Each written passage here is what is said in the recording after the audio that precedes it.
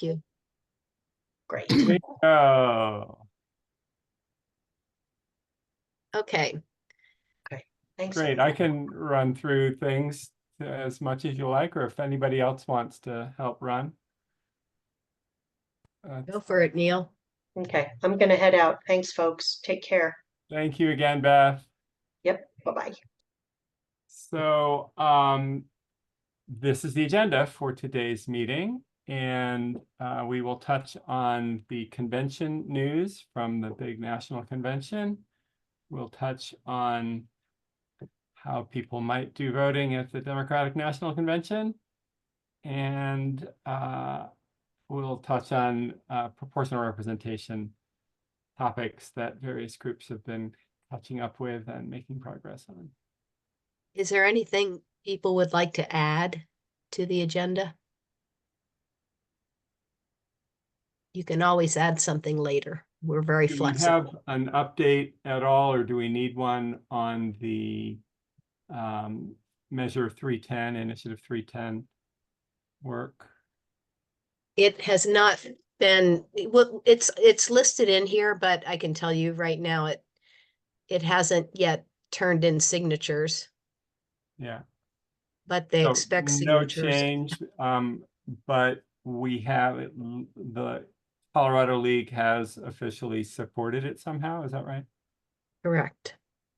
Great. So last year mini study draft, can that be shared with anyone? Has it stopped being a draft? We sent it off to a political scientist, and we pay that person to review our work, and then after it's reviewed, then we plan to share it widely. I mean, if Okay. you want to share it now, you can. It says draft, so You're talking about the primary reform draft or something else? mini study taken from the primary election reform study. We just took it, the Alaska Final Force part, Got so it. we could talk about it for the meeting. And when might that be done? That review? I I'm talked to- supposed to contact the person who's reviewing it and give him a nudge, and I forgot to do it yesterday, but I'm going to do You- it right now. No, you don't have to do it because Beth Oh. heard something and didn't get back to me, and just now she did. Oh, great. And Can you see the screen, Neil, if you're running the meeting? yeah, I can. I'm just asking, did you get an answer? Can you say something about when? I haven't looked at it. I've got COVID. I'm not looking at it today. I got it Perfect. at 5:30, 5:25. Perfect. We will review that and let you know as appropriate. So the meeting norms for today. The League of Colorado is devoted to a harassment-free environment to facilitate productive dialogue. We speak with one voice based on our positions reached through member consensus. Speaking on behalf of the League requires the agreement of League leadership. Thank you. We had a meeting on June 17th. There's some minutes summarized on the slide, 15 attendees. We had an extensive discussion of Initiative 310. I think we need to change mini study report to mini study draft report. I can do that. Great, perfect. And as we just discussed, there was an action that the League leadership took after this meeting to favor to endorse 310, and there's a link there for past meeting videos and other information. Any comments on the minutes or on the last meeting now? We just had Beth visit us briefly. Who else is here? Celeste has introduced herself. Chris and Sonia, do you want to It's just Chris. Yeah, looks like it. What do you want me to say? Just brief introductions. What brings you to the Well, meeting today? I'm the approval voting party candidate for Congressional District 8. So I look for your vote. Uh-oh, well, we don't discuss candidates here, but congratulations on getting involved in politics. Okay. What Chris would like is for you to vote for Chris and another candidate. That's what Chris would like. You can pick the other candidate. There we go. That's a great idea. Very clever. Madison, do you want to introduce yourself? And after that, Jen? Sure. I am a college student at MSU Denver. I'm a part of the Auraria Votes Committee. So we're just a nonpartisan resource on campus to get college students registered to vote. And I just wanted to come by and I'm a part of one of the League of Women Voters subcommittees. So I just wanted to come by and see what this meeting was about, take some notes. Welcome. Well, thank you for coming. Jen and then Mary. I'm Jen. I'm a member of the Boulder League, and with Celeste, I co-lead the voting methods team of the Boulder League. I'm also a math professor at CU, and I do work in analysis of redistricting and gerrymandering. Great. Thank you, Mary, and then Jeff. You hear your phone? Oh. Mary Charher. I live in Loveland and I'm in the Larimer League, and I'm a retired social worker, and I'm involved with voter services in Larimer County and a number of other projects like environmental and candidate forums and things like that. Thank you, Mary. Jeff, and then Kathleen. I'm Jeff Withers, a member of the Denver League, a retired state worker at the Department of Local Affairs, and keep attending these meetings, hoping I'm going to be able to understand them eventually. Fabulous. Thank you. And we wish everyone would do that. Thank you, Kathleen, and then Betsy. Kathleen, I go by Kay, actually. I keep getting my formal name that only my mother calls me. Every place. I'm a member of the Arapahoe Douglas chapter, and I've been working almost exclusively, as far as League of Women Voters is concerned, on voter registration. So attending the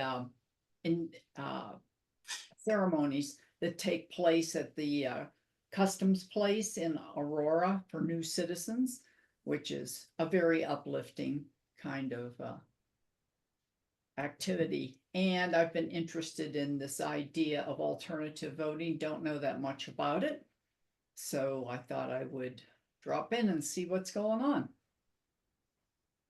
Thank you, Kathleen. Betsy, and then Joe. I'm Betsy McBride, phoning in from Boise, Idaho. I was a member of the Arapahoe Douglas County League, but the U.S. League caught me being a member in two different leagues, that is Colorado and Idaho. So I had to re-register as my husband's name. So I'm here tonight as Rich McBride. Anyway, so yes, and I'm a big fan of you all.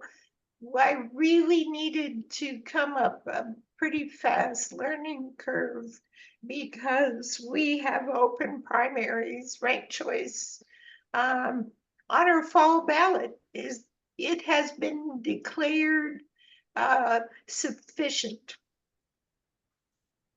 Wow. Okay. You can give us a few more updates later, but thank you. That's similar to the final four that we expect on the ballot this fall in Colorado.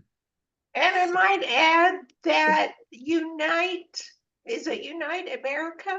Your dude gave $25,000 to our campaign, not the league's campaign, to the initiative campaign.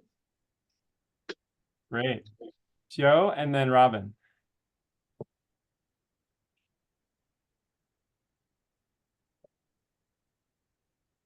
So I gave Brenda Freeburn here in Gunnison, who's the head of our league, an update after our last meeting, and she asked me to continue to take part and give her updates as we progress. I'm a retired Defense Department employee, and that's about it.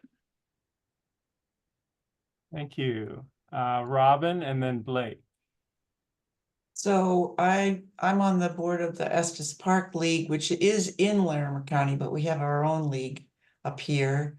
And I'm the director of voter service, and like Jeff and Kathleen, I'm trying to absorb information. I'm so new at all this. So I'm just trying to learn. We want to have an educational session with the greater public along with our members in September about the ballot initiative. So we have a lot to work on. Thank you. Blake.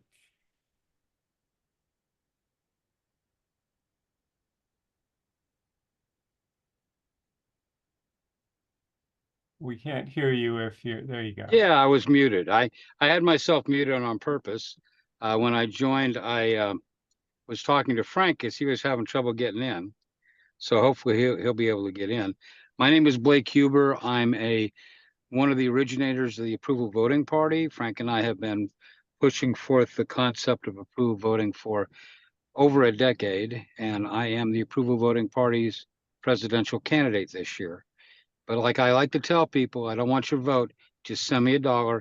The QR code on your screen right now, if you see it, it will get you to a donate page for the Approval Voting Party. Just give me $1 to show support for approval voting. Okay, again, we don't. And don't waste your vote on me. We don't do candidate endorsements here, but I appreciate everybody getting involved.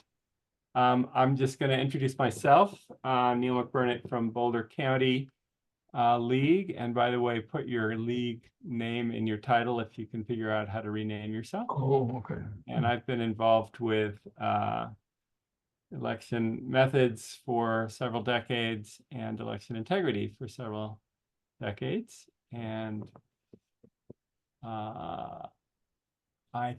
Celeste, I don't know if you wanted to say any more by way of introduction. No, she's shaking her head. Good. So anybody I missed?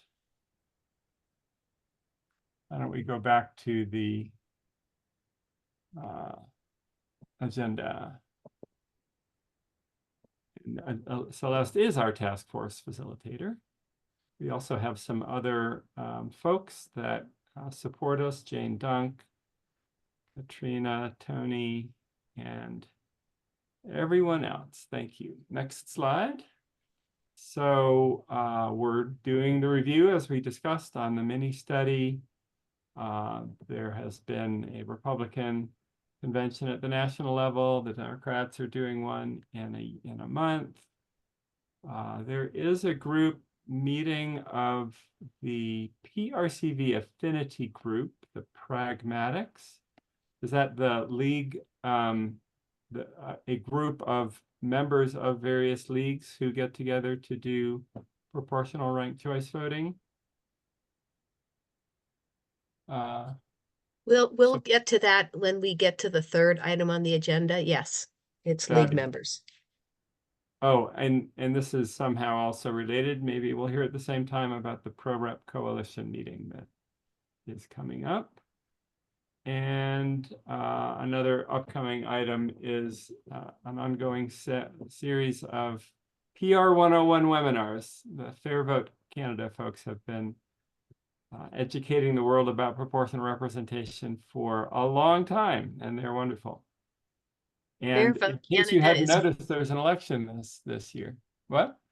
Fair Vote Canada is very different from what we call Fair Vote, all smushed together one word. All smushed together one word is a US-based group, and they're huge advocates for the single winner version. Fair Vote Canada doesn't say very nice things sometimes about the single winner version. They're really, really into the PR proportional representation version. Which, by the way, is the way it all started and the way even the other one started. So the concept of doing ranking was invented centuries ago in order to do proportional representation without parties. And then later on, somebody said, gosh, we could use this for single winner elections. The Fair Vote organization in the US was founded decades ago to support proportional representation, and then they pivoted to single winner. So it's kind of an interesting and very involved history. Anyway, remember Tuesday, November 5, be ready to vote. Next slide. Are we good with meeting on September the 16th for our next meeting? Let me look at my calendar.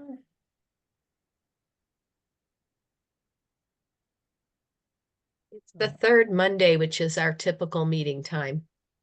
We Yeah. don't always meet the third Monday, but Which is to say no August meeting. And is that because we don't expect people to be around or for a break or? we discussed it last month. Great. So, yeah, I see no conflict for the 16th. Any other comments? Great. So let's talk about the next item, which is the convention news. I don't know if there's a specific page for that or if we want to identify the folks on the call who attended the convention. Sure. I can certainly say that I attended it as a virtual delegate. I can report that Celeste attended in person and did all kinds of hall room conversations and other good things. Who else on the call? Jen, I think. No, I wasn't there this year. My mistake. Betsy Yes, virtually. was virtual. Anyone else on the call that was in the National Convention? So Celeste just popped up how to do ranked voting, maybe as a hint that there was a lot of discussion and people popping up at various times to talk about ranked voting at the National Convention. That included a workshop that had general information about what they're calling RCV. Let's talk about these one at a time, Neil. Okay.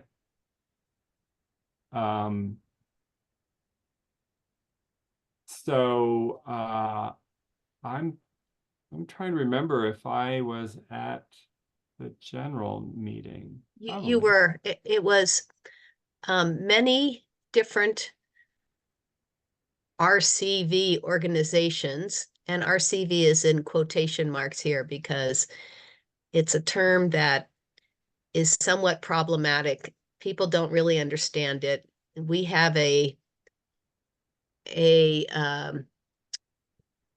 article called "What is RCV Anyway?" That explains that some ranked voting methods are part of the RCV umbrella and some are not part of the RCV umbrella. Some of the methods that are RCV are good, and there's one that's really not very good, and I'll talk about that next. But at this workshop, they had ranked the vote. They had, I don't remember all the names of the different groups. I wrote them down, I believe. And they made sure that a league member from each of those organizations presented on what they do. It was okay. I didn't think it was super interesting, but maybe I have different standards from the beginner person. I don't know.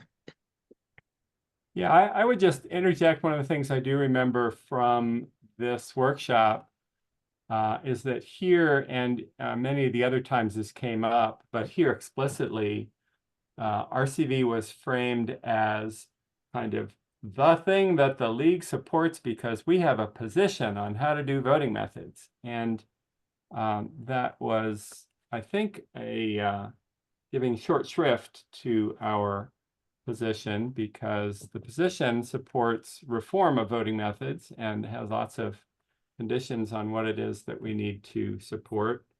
There are forms of RCV, as Celeste has already noted, that are used in, for example, Utah, which We'll get to that in the fail. next bullet point, Neil.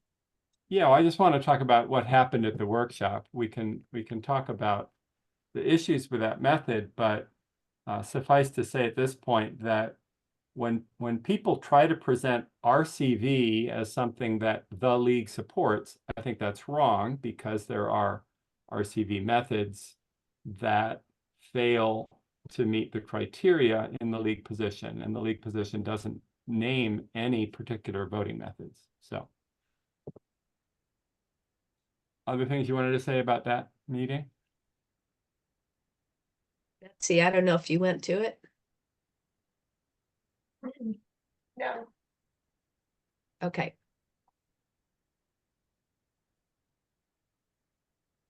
Great. So you want to talk about the second meeting? Which was focused on, I mean, Portland, Oregon recently adopted a city council voting method revamp that was pretty comprehensive. It completely changed the way the city council works and the number of members and even the responsibility of the members. And it was the result of a years-long study. And part of that was the adoption of a proportional form of ranked choice voting, one that is actually proportional and multi-member. There are 4 districts with 3 members in each. And so members who get support from just over 1/4 of the population will be assured a spot on in their particular district, are assured a spot, and that's great stuff. That method, however, is very difficult to audit, which is another requirement, if I remember correctly, of the national position. So that's a little bit problematic. I'm trying to remember what else came up in that meeting. Betsy or Celeste, any? I recommend this workshop, because if you can get a hold of the recording of it, because it talks about what a comprehensive package had to go through. Portland, Oregon has a charter committee that's set up every 10 years to go through the charter and recommend changes. And they've made massive changes. This is going to be a fair amount of money. They're going to have to like add office space. They're going from 5 people to 13, 12 city council members and a mayor. So I think it's good. So I'm looking forward to this being successful, and then being able to use this to encourage the city of Boulder, say, for example, to adopt proportional representation. And another thing is that Deb McDonough from Maine worked in Portland, Maine, not Oregon, changing a once every, I don't know, half a decade or once every 10 years election from the bad Utah multi-winner version of RCV to this good proportional voting method. And she got up there and she mentioned it. And there were 3 Utah people in the audience. And one of them I had emailed last year or this year, I don't remember. And so I went over and introduced myself, and we discussed what was problematic about Utah's multi-winner elections. Interestingly, the Utah people thought, oh, all RCV is bad. And that's not what we were trying to say.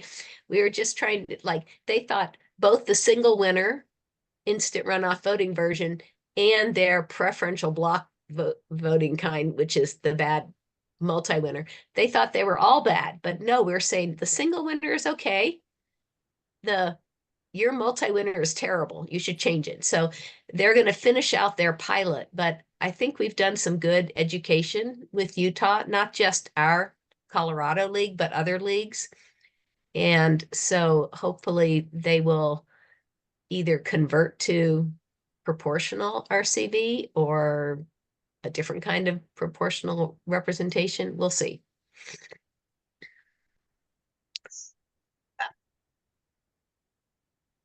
Yes, I agree with all of that. Thank you, Celeste. That's one of the advantages of being there in person. Other comments, Betsy? So have Celeste mentioned a report, a document, a column, what is RCV? So on your mini study, you had some side-by-side charts. Have you ever done side-by-sides on the different kinds of RCVs that we could use? That's exactly what the What is RCV Anyway article does. And it's listed further down, I think. I'm going to write myself a note. If it's not in there, we'll make sure. It's on our League of Women Voters Voting Methods team page. League of Women Voters, the Alternative Voting Methods Task Force page at the top. So it's easy to find. All right. So the third event, which Neil was not able to attend, was a happy hour. And I got to meet somebody I've talked to, a few people I've talked to a bit, but I had never met in person. And I talked to Rob Ritchie, who founded Fair Vote. His wife, Cynthia Ritchie Terrell Ritchie, I'm not sure. She started Represent Women. And so they kind of work hand in glove together. The featured speaker was Drew Penrose, who worked on this book, Our Shared Republic. He's the lead author on it. And you can click on that link and you can get a free copy of it. And one of the Boulder County League members read it and is going to write a book review of it. So maybe we'll share that next month or the next month we meet. So there were information tables, a proportional representation table and a Represent Women table. And I dropped off a lot of the proportional representation trifold pamphlets that the Boulder County League has made. And I don't know how well they were received, but I handed them to the Utah people. I handed them, to whoever I could. So, yeah. Shall we move on? You bet.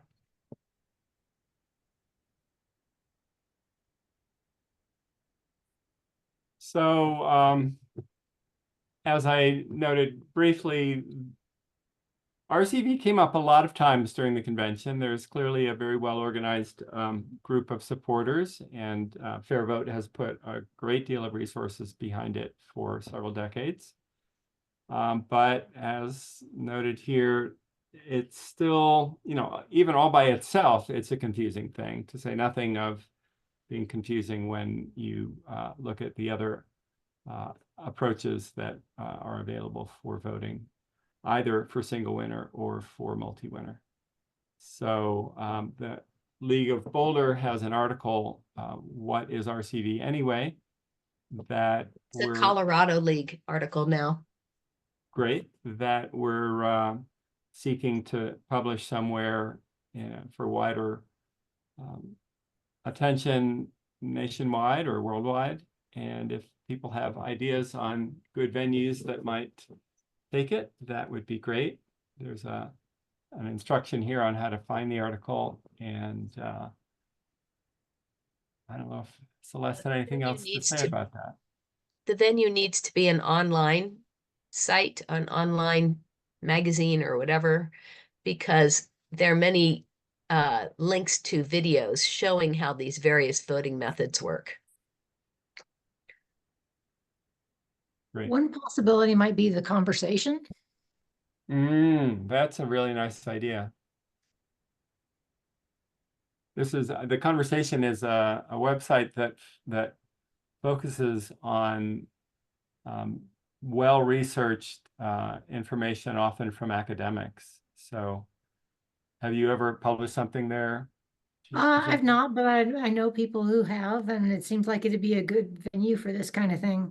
Yeah, I like that.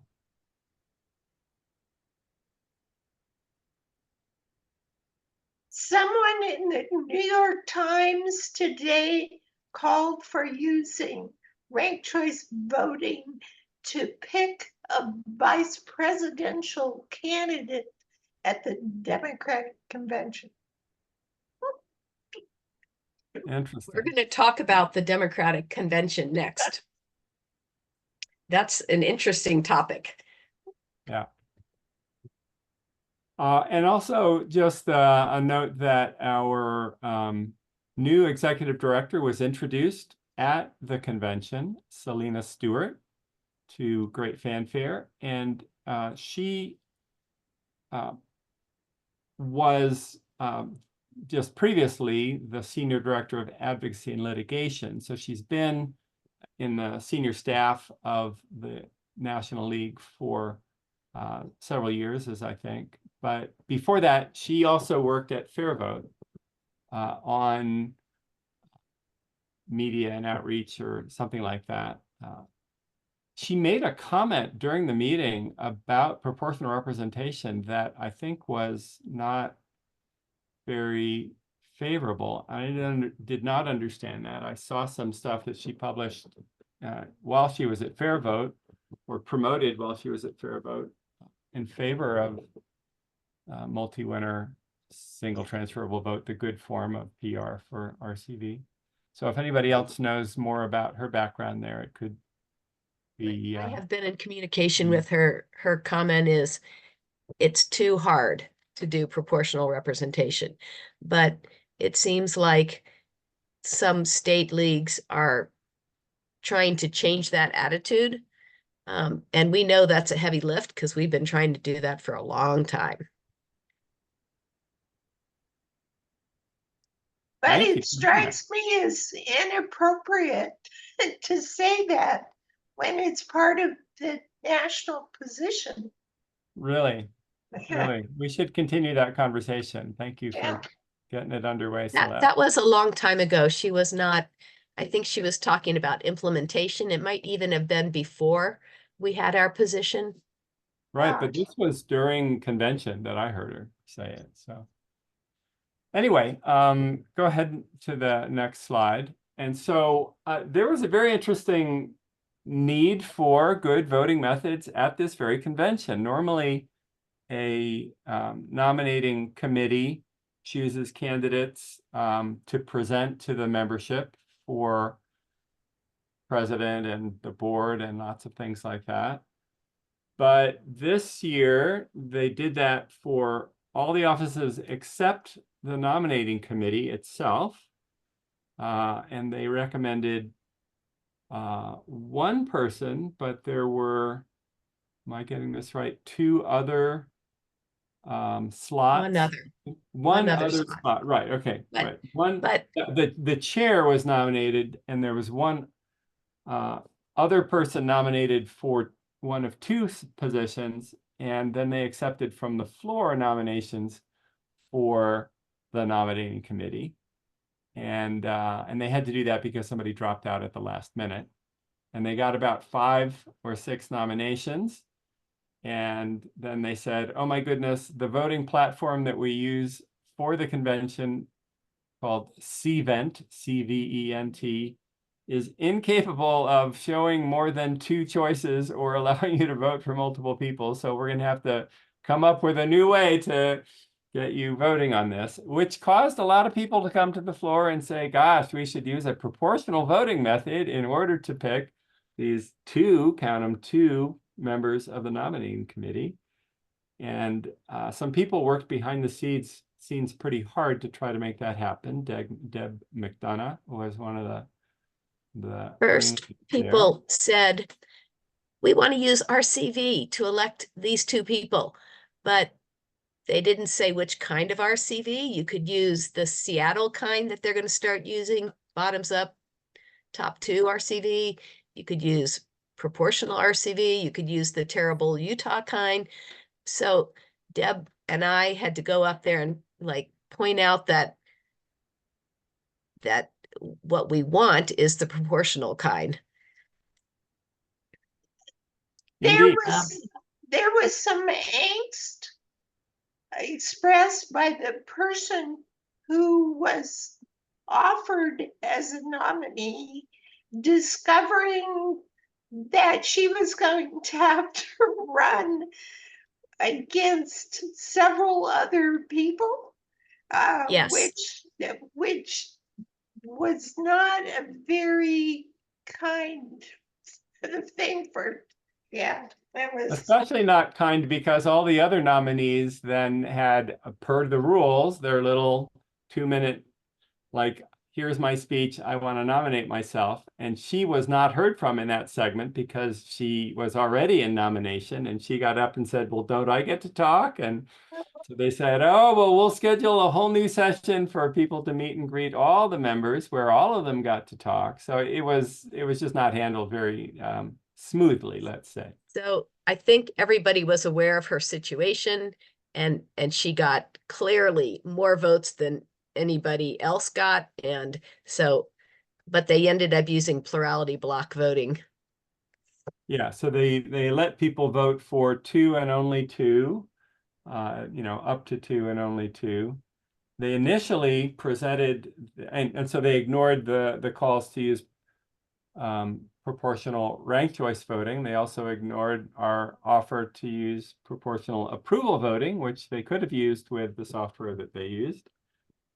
And that prompted a whole nother set of conversations. There was a member from the California delegation that contacted me and said, gosh, this proportional approval voting looks really fun, and how can we make that happen? And so we're in discussions now to make that available for this sort of thing in the future.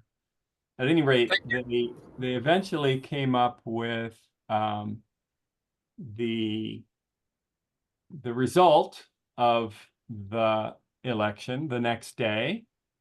And by the way, all the voting happened. I'm doing this out of order. I've been to 2 national conventions in the last month, and sometimes I blur the 2 of them together. Anyway, they announced the results the next day, and they just announced the 2 winners. And a lot of people ran up and said, gosh, we'd like to know how many votes each of those people got.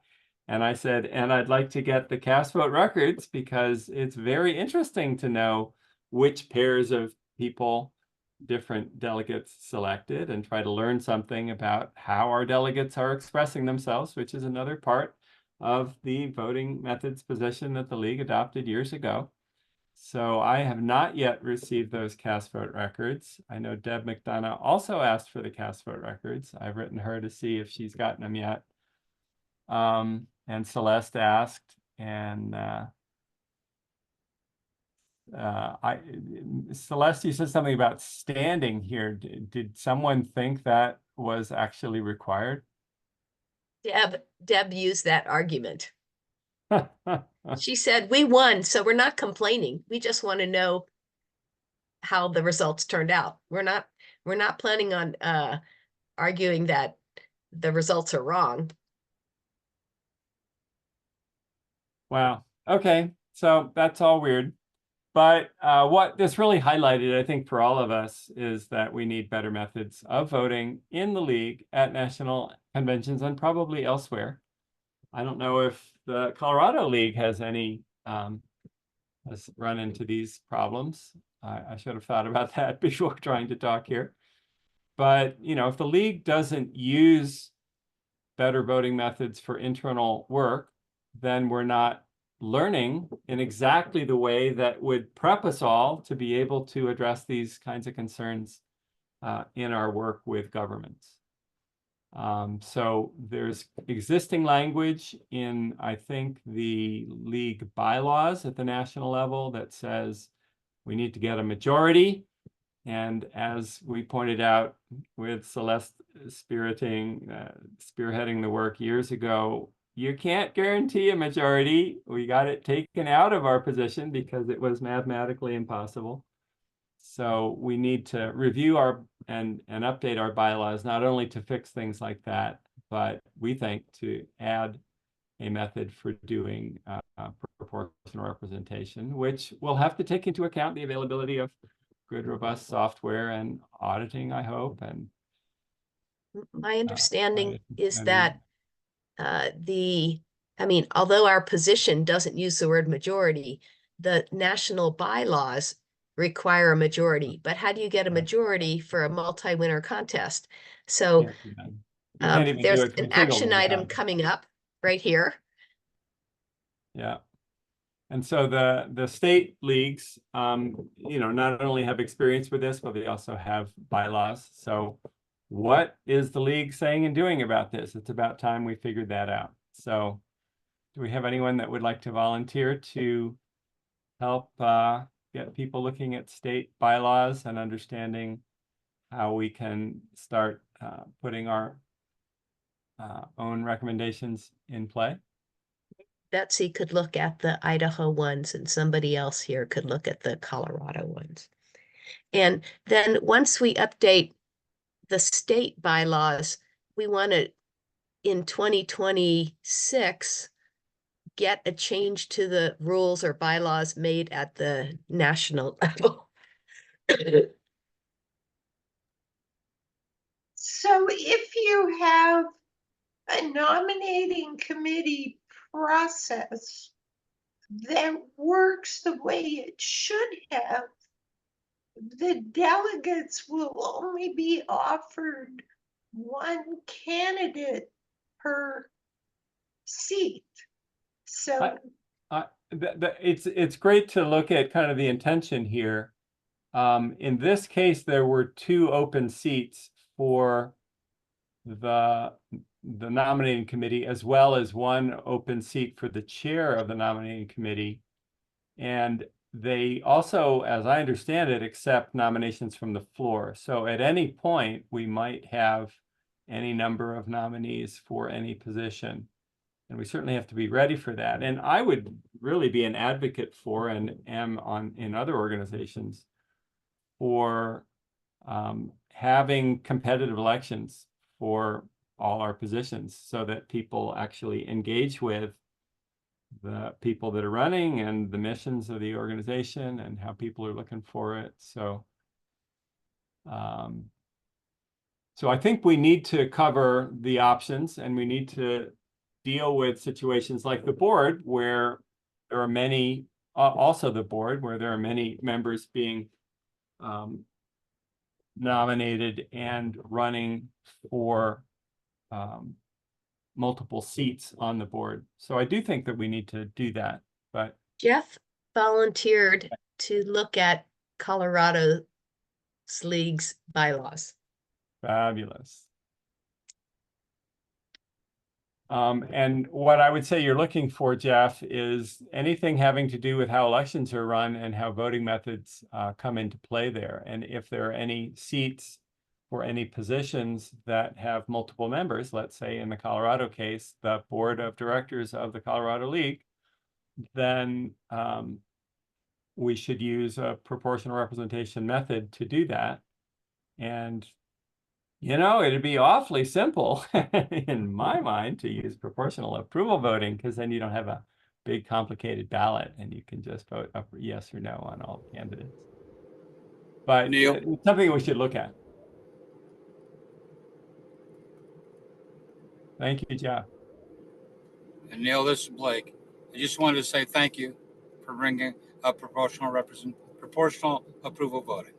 Yeah, It is. and for those that haven't followed that here in the past, I have a website on it. I've implemented how to do it.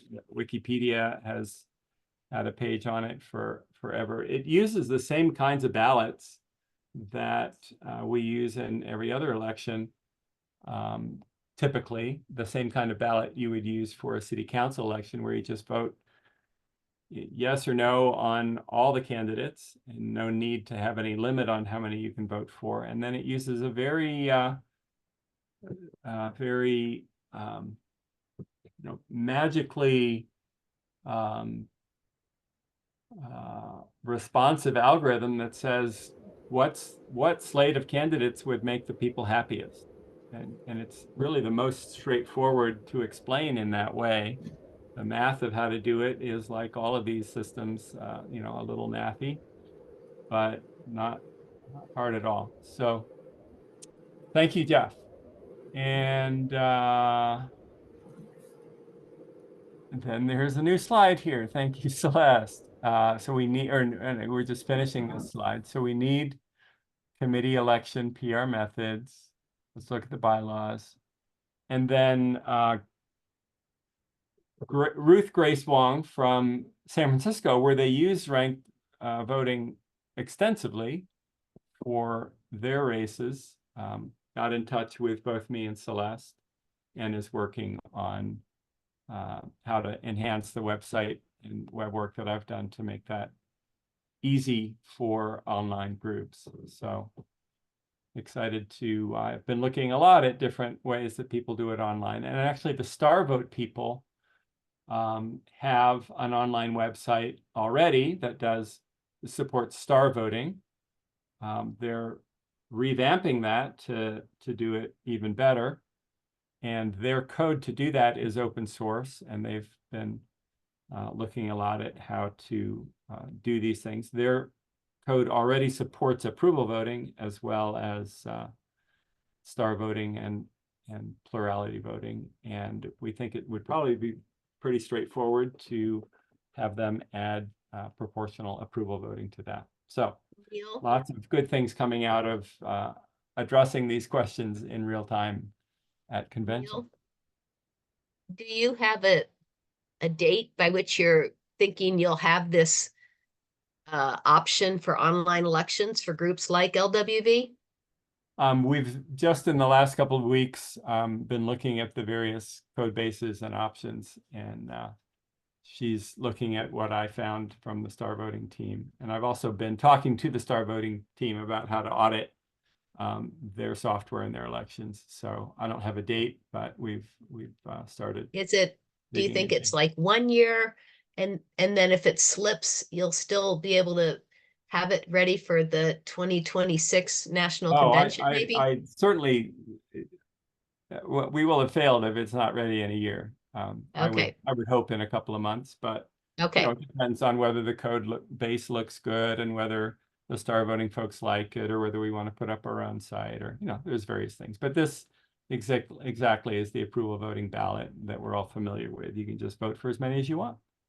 I don't Thank know you. if everybody on this call is familiar with it. I don't know if everybody on this call knows what a cast vote record is either, but Good point. Please. A cast vote record is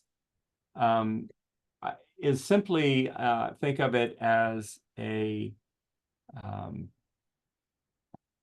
list of who each voter voted for throughout the whole election.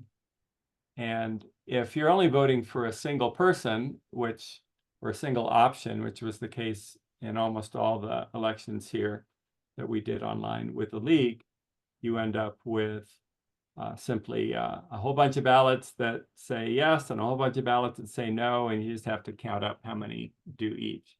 But when you have a ranked ballot, or when you have multiple people marked on the ballot, there's a lot of different ways that each ballot might show up. And so getting access to the cast vote record is important to be able to make sure that the election system tabulated it correctly, and to allow auditing in that way. So, and to learn more, in particular, really most meaningfully to learn more about what the electorate was interested in. Did they put particular sets of candidates together? Did they rank particular people in a certain order? So it's just very important to always get access to that. We get access to it in government elections, sometimes with a little bit of pain and sometimes with some other issues, but yeah, always a good idea.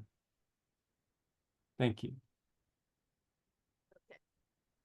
And now moving on to... I wonder if you would feel okay talking about this, and then Jen could talk about the proportional representation meetings that we attended. You know what, they're too fuzzy for me to talk about them with any kind of intelligence. We're not going to say very much about the meetings, don't worry. Okay, well, I will cover that. Do you want to cover this one, Jen? The voting process at the convention? Sure. Well, this is a moving target, and I think some new stuff was just announced about it today, so I'm not sure this is still current.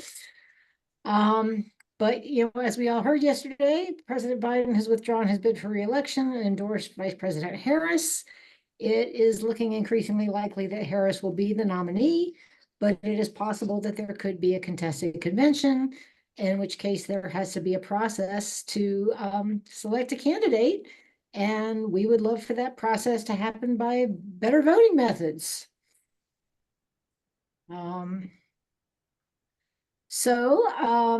Little bit of history. There have been open conventions before, although not in recent memory. In 1924, it took the Democratic Convention 103 ballots to arrive at a nominee.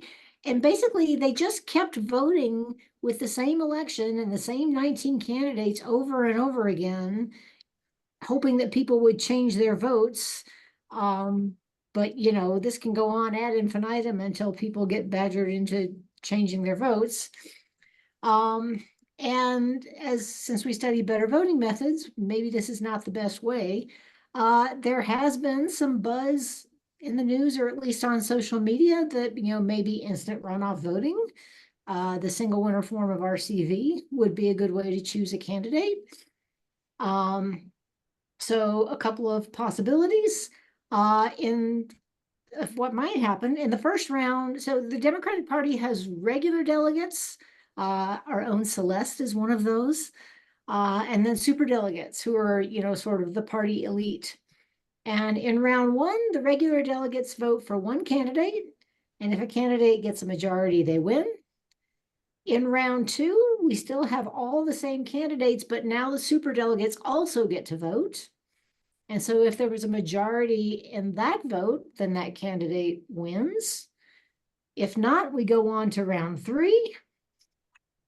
And the current rules say that round three is the same ballot and same electorate as round two. And you just keep going and going, in between rounds, there can be discussion, there can be campaigning, there can be lobbying. But when it comes down to the actual vote, the ballot that the delegates get to fill out doesn't change.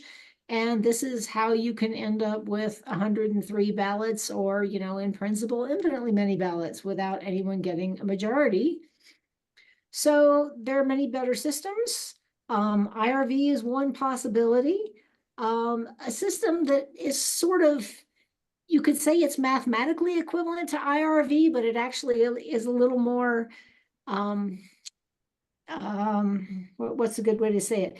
Allows a little more nuance, would be to, instead of just having the delegates fill out one IRV ballot listed all the candidates, continue to have everybody just vote for one in each round, which is how tallying works in IRV. In each round, you're only counting the first place votes, or the highest votes for the candidates who are still in the race. So after every round, you could have the candidate who got the fewest votes eliminated before the next round. And then that would limit the number of rounds to the number of candidates. And if nobody changed their opinions in between rounds, this would be equivalent to an IRV election, but it allows the possibility that delegates could say, Oh, It- I voted it's- for some. Go ahead, It's Celeste. somewhat different from IRV because you only get one vote on these sequential ballots, whereas Right. IRV, yeah. But each one, I mean, if everybody knew exactly who their preference was at the beginning and never changed it, it would come out Yeah. exactly the same way as an IRV election. What this allows is for delegates to change their minds in between rounds instead of having to tally their complete preferences at the beginning. Why might that be useful? Well, my preferences might be affected when I get a sense of how the other delegates feel, and I get to see, oh, that, you know, I wasn't going to rank this person highly because I don't think they can win, but it turns out the other delegates like them a lot, so maybe I'll rank them more highly, or, you know, that kind of, you know, just you have more information in subsequent rounds when you do it this way. Well, this is interesting because I did some reading, coincidentally enough, on the very same convention. And one of the big issues is that there were two very prominent, well-known top runner candidates, but each of them had way more negatives from the rest of the convention. And so people were pretty clearly not wanting the top two to be the top two in the final round. And the risk of eliminating people based on like choose one votes at each round is exactly what we saw was the problem with ranked choice voting in Alaska. You have the center squeeze problem. So I kind of wonder if that's a good way to go. My thought, I don't know, it's certainly better than plurality, although I guess the rules do require a majority, so plurality vote is not how it's going to work. I mean, you can make arguments between different kinds of elections, how much you care about the center squeeze. You know, in some kinds of elections, you want a candidate with really strong support from a faction as opposed to a candidate that everybody just feels like, man, they're okay. And I'm not going to voice an opinion on, you know, what kind of outcome is best for a Democratic convention election. But, you know, different voting methods tend to elect different kinds of candidates, and there are reasons to prefer them all in different kinds of elections. Yeah. and that brings up the point that at a convention, it's all about networking and schmoozing and discussing and strategizing. And if you only get to fill out one ballot, one single instant runoff voting ballot, there's no negotiation time. You're stuck with your first ballot filled out. And that seems to go against the spirit of a convention. On the other hand, we don't want 103 ballots. And in fact, I think that the most you could have is probably 15 candidates these days, because you have to have 300 signatures to be a candidate. So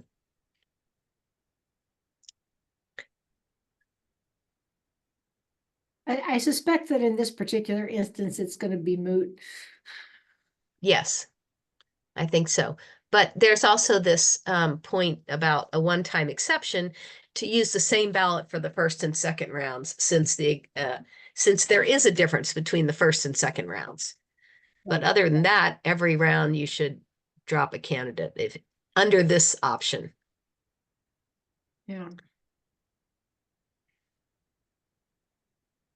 Another possibility would be to use an approval voting ballot for the first round. I don't know how you would decide how many candidates you are going to declare winners of the approval voting. That would need to be part of this. But however many, or if it would be candidates who clear some kind of threshold. But that would be a way of selecting the most popular group of candidates to go forward to say, you know, that sequential voting process. And let's just emphasize that this is all theoretical. This is, you know, we would love it if this would happen, but this is not actual Democratic Party rules by a long shot. So this is actually what they did, or something related to what they did in the vacancy election in House what? District 10, 10. I couldn't remember the district 2022. number, which Celeste remembers particularly well as a candidate. And it kind of puzzled me again how the eliminations were done, or the notion that you would switch from approval voting to a choose one. I wonder if just another option would be choosing a variety, allowing approval voting for all the rounds. And, maybe at that point, if you can use approval voting, it might be a little easier to drop the lowest ranked candidates. Interesting stuff to think about. Thank you. How many different voting methods are there that the Rules Committee could use? Probably an infinite number. Absolutely. Anyway. Okay. Great. So now We're almost done here. And we don't have to go all the way to 7. That's okay. So there are a couple groups working on proportional representation. There's a pro-rep coalition headed by Caledon Myers, who lives in California. He's particularly interested in multi-party democracies. That's the lens they're looking at PR through. And then the PRCV Affinity Group is a league group, and they're specifically interested in the single transferable vote. And maybe they're also interested in the proportional allocation of presidential delegates, which a few states used 4 years ago. I don't think anybody used it this year. There weren't really many options on the ballot. So does anybody know if anybody used the proportional bottoms-up version of RCV? Like Kansas used it last time, Hawaii used it last time. Okay. Maybe I'll think about that, but not right now. Okay, so I already just talked about all this. And let me just riff on that for a second, that so regardless of the voting method that you use to do this, let's say at a state level for primaries, you need a way to audit it. And I just want to point out that Colorado does a great job of auditing, well, a better job than most places of auditing our governmental elections. We do an audit of the presidential election, but we don't actually audit the thing that makes a difference. So in a presidential primary, it doesn't really matter. It's not enough to know who got the most votes. You need to know how many votes each candidate got and how many delegates they would be awarded. And I think that delegate selection might actually be completely a party thing. So the state might just think that it's auditing, what since it doesn't really matter who the state says, quote unquote, won, it's a little tricky to decide what the auditing should be. But there are methods for auditing the form of delegate selection that we use in Colorado, although it's kind of tricky. So more attention should be paid to auditing. That's what I'm always going to be saying about voting methods. And we don't really know how to audit single transferable vote in any efficient way. So that's one reason I keep coming back to proportional approval voting. So I think that every state for the major parties is allocated, and maybe overseas territory is allocated at least 6 delegates, because the rules, as I understand them, is if you get 15% of the vote, you're guaranteed a delegate. So if you would get 30% of the vote, you'd be guaranteed 2 delegates, like that.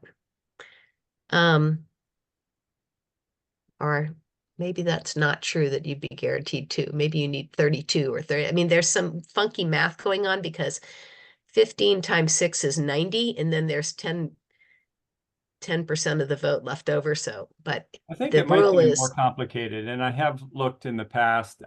And the rules, the exact rules might vary considerably by party and state and all kinds of things. So it's tricky, and we ought to be able to audit it. That's all I'll say. Betsy asked a question. Yeah, how did this work? Is this another question? Okay, right. So Betsy asked about proportionality and again, what we might be looking for. And I don't know if you want to, if you saw my answer, Betsy, if you want to follow up, or if you want me to talk some more about it, or if anybody has kind of more question about how to do proportionality. Betsy, You're we'll send you. muted, Betsy. Figuring out proportionality based on race or political registration is one thing. Jen mentioned several meetings ago that maybe on a local level, you were talking about growth versus no growth. But in league, if you were at a national level, if you were aiming for proportionality, would it be gender, size of leagues? Right. What would you be trying to determine the threshold of? Yeah, no, this is a really interesting and wide-ranging question. You know, what I would first of all say is that there's a couple different things we can talk about. So when we put together the voting, the set of who gets to vote, let's say in a national convention, that is determined currently, as far as I know, only by the number of the size of each league, and yes, based on league size, each league gets a certain number of delegates. So the first question is like, how do we balance between the different leagues in terms of delegates? And we do that currently strictly by size. But that's not a question of what the results are and how to tabulate them. That's a question of how do we allocate the delegate right to different leagues. And you could actually do different things. You could have leagues, you know, give them weighted votes or all kinds of other things. And the question of how to do weighted proportional approval voting has come up also recently. That's a separate thing. This allocation of delegates is something that you also want to be proportional to something, and you're quite right to raise it also. And so that's probably an important thing to check for in the bylaws. The thing that I was thinking that we did not have adequate coverage of now is when you are electing a committee, how do you make that committee represent the voters? And that the nice thing about the methods that we've been talking about, single transferable vote for a ranked ballot, or approval voting, proportional approval voting for an approval ballot, is that you get the voters themselves can use whatever is their main issue. Each voter uses their own main issue. For some voters, it might be, you know, whether the looking for particular kinds of diversity in the committee. Other voters might want experience to be represented. Other voters, you know, they'll cast their vote based on whatever they individually see as important. Is that helpful? Well, that sounds like the way people vote now. Right, but now we don't guarantee that someone, you know, so let's suppose that we're electing 5 members of the Board of Trustees. If 1/6 is mathematically how that works out, if 1/6 of the delegates plus 1, of a little more than 1/6 of the delegates said, we really want to make sure that there's a person of color on the committee, then they would be guaranteed to see that. If 3/6 of the league that was the issue they cared about, they'd get 3 members. If in a different election that was not the issue, if the issue was, did this board member support raising the dues or not?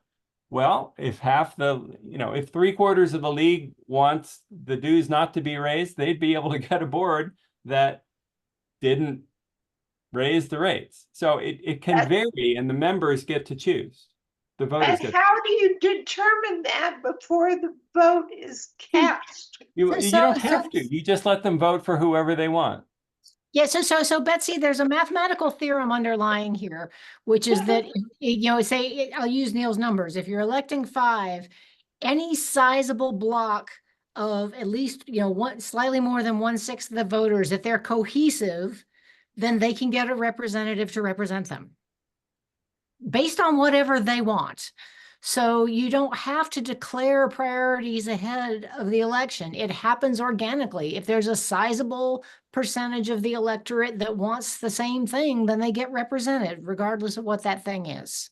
A lot of times people will campaign on something. So for instance, in Cambridge, which uses proportional representation, the youngest guy on their city council, he's known as the housing guy and the bicycle lane guy. So he got enough votes with those 2 groups and probably a lot of students. And so I think he came in second. He was the second one elected out of the 9 because there were a lot of people who wanted him. And then any votes that were extra that went for him, the great thing about a proportional voting method is they go to the next choice or your other candidates that you support. And so you don't end up like Neil was saying 3/6.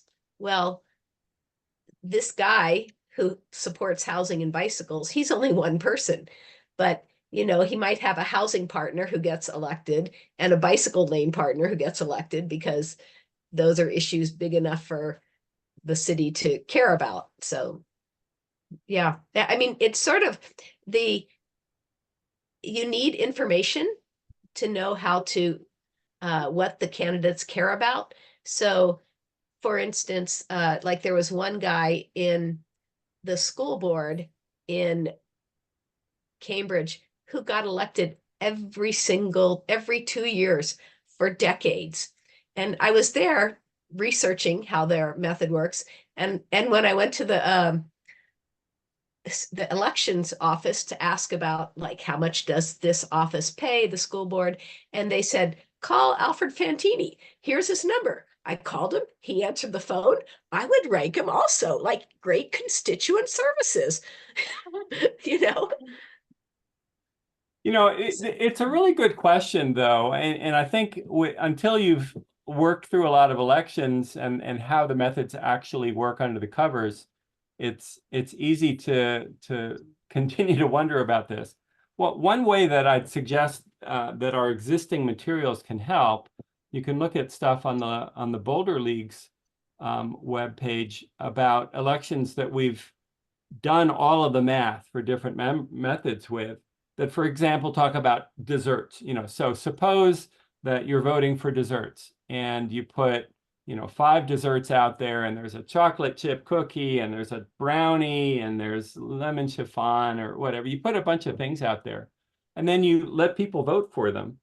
And you'll find out, for example, that you don't need to know this as the people setting up the election and the candidates. I mean, the electorate doesn't really even have to know it, but suppose there's a chocolate block. There are people that just say, whatever it is, I want to have a lot of options when it comes to chocolate. Those people might just gravitate to voting for the chocolate chip cookie and the brownie and get enough options of that sort in the final selection of things to be offered that they're happy. So, but I don't think we've ever really highlighted how that happens, and that might be something worth thinking about in how we present our materials. Well, and there's a difference when you're talking about one variable I mean, if you tried to do that for the Boise City Council, they would all have the same positions on everything. And they Then would, there would be some secondary characteristics that would probably come into play, like maybe women would get ranked higher or get higher weights or whatever. So you might get more women elected. You also might get candidates with a more diverse group of opinions, because surely not everybody in the city feels the same. But if you're using a voting method where the minority can never win a seat, what difference does it make? But if you're electing 5 with proportional, the example I use is that, in statewide elections, Denver tends to vote 80-20 for Democrats. So if I'm a Republican, what's the point of even running in Denver? I'm never going to win a seat under plurality. But under proportional representation, if I'm a Republican in Denver, I could win a seat. So you might find that you actually had a more ideologically diverse council than you do now. Yeah. And, in Europe, when we think about proportional representation, we usually think about representation by party, proportionally by party. But for city council, there aren't parties. And so the voters get to decide if fracking is the issue, or like in Weld County, maybe, or if high rent or lack of housing or homeless people or whatever. So I recommend you go to the website, Our Shared Republic, and get this book. Pat can talk about it maybe. Her husband, Frank, read it and said it was, did you read it also? Yeah, I skimmed through most of it. I did read whole sections, but I didn't get the entire thing read totally. But Frank's still planning to write a review. What we found is it's one of the best explanations of just what proportional representation is and what it does. It actually cost, the link we got to go to took us to Amazon, and it really did cost 99 cents plus tax, but it was worth I just put. And I think if you want to buy a print copy, it's $25, I think is what they have on there. Yeah. But it's worth reading to really get a good explanation of proportional representation if you're still a little fuzzy about that. My biggest complaint is that he really does emphasize STV over other methods. But he worked for Fair Vote for a long time, so that's probably excusable. I think he still does. And so, yeah. And Fair Vote is a big organization with a lot of money, so they're sucking up all the oxygen in the room right now. And it's short, I think maybe 100 and something pages. It's short. So I'm going to go back to this, and there's one slide left. Whoops. So we continue in Colorado to need enabling proportional representation legislation. We're having a hard time getting the Secretary of State to consider this, to get legislators to consider this. If we could get a Ken Theory to be behind this, or like the Democratic Party, which has a supermajority in the House, then this would be an issue that we could get some traction on. Right now,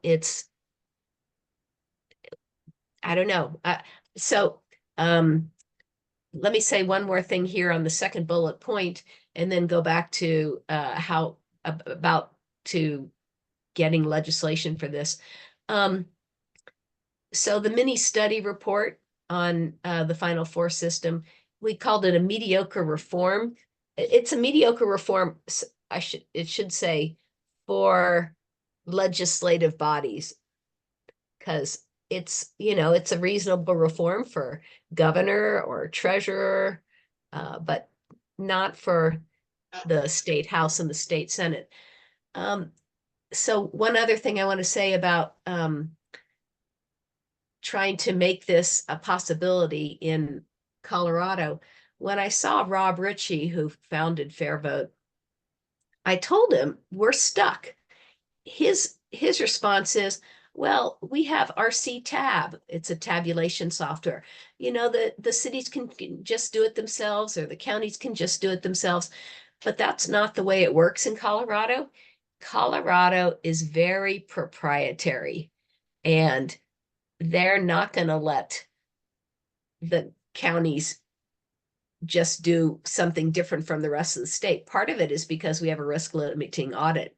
They're not going to let cities, the cities probably aren't going to conduct a single transferable vote proportional election. It turns out Boulder did it for 30 years by hand, from 1917 to 1947. I found out that my house was a polling place in the very first proportional representation election, which was pretty fun.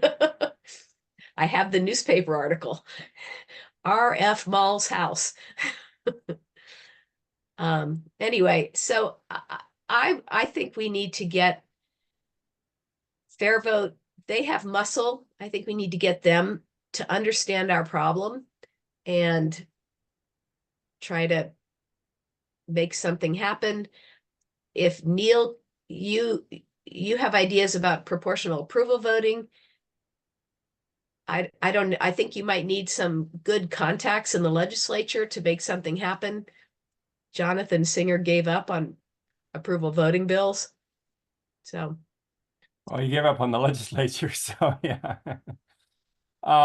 Yeah, and I note that proportional approval voting is not mentioned in the book at all, so. Anything else? Some people haven't said very much, and you're welcome to give us advice for improvement, or Comments. Is there anything you'd like us to answer that we didn't?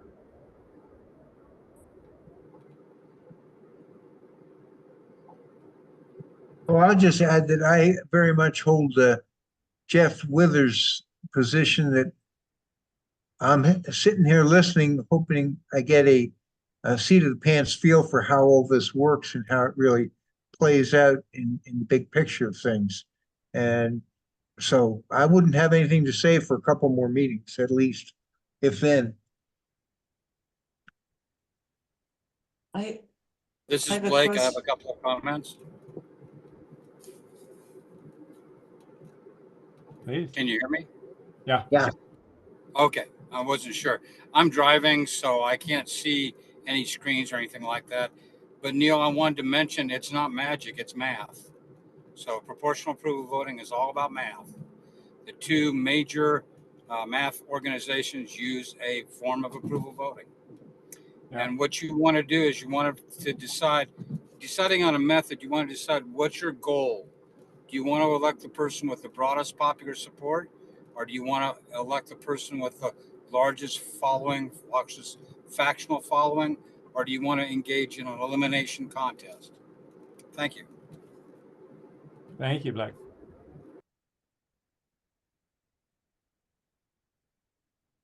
Robin?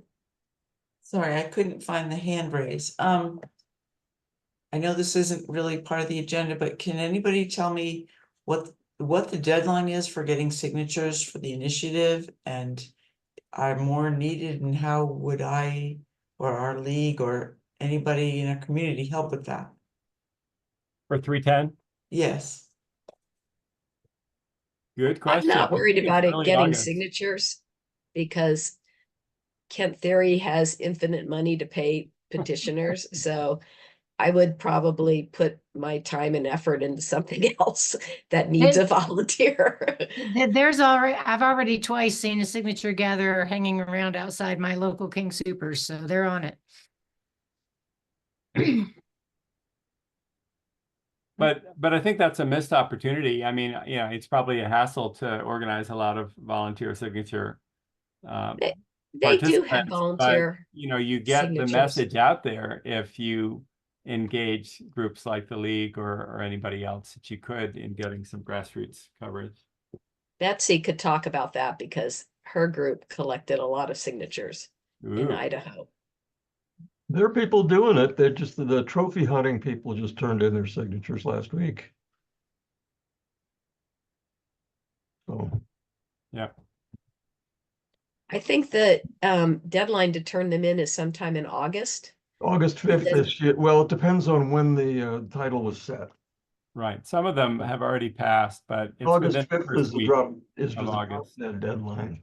A lot of the ones that are collecting signatures right now have August 5th as their date because they went through the process late. Yeah.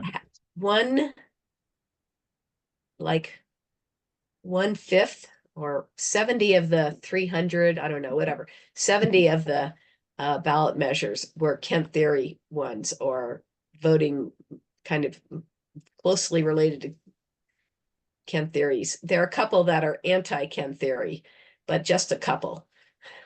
And I don't think they have the money to collect signatures.